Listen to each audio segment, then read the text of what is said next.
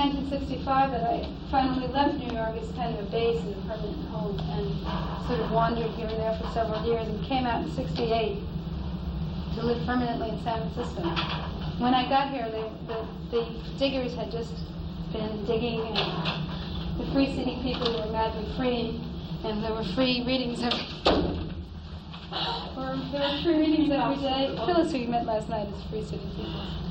There were readings every day in the City Hall steps downtown San Francisco, and readings and singings and regular little events. And I went to those while I was here, and I found that all my poetry that I had been writing, which had gotten sort of political over the last few years, was kind of a little too eclectic, in other such words, for reading to businessmen off the City Hall steps.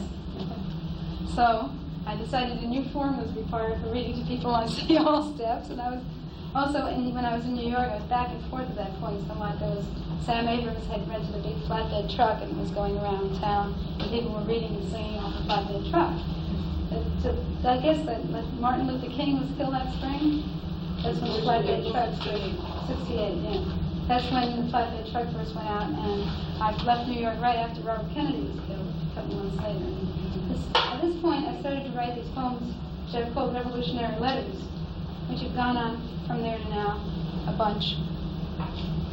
I'm still writing them because I find situations where I want to say something very fast and succinctly in a poem instead of making a political speech. But on the other hand, it can't get too complicated. So I'd like to read a couple of the new ones of these.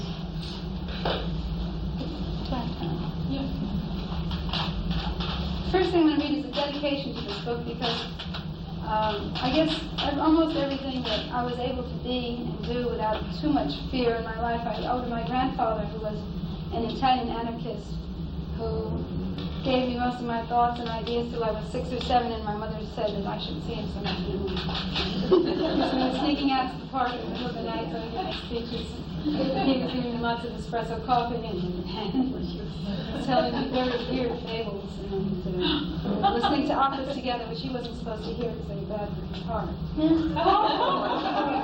We would sneak off and he would tell me the story and we'd hear the operas. He was really neat. April Fool birthday poem for Grandpa.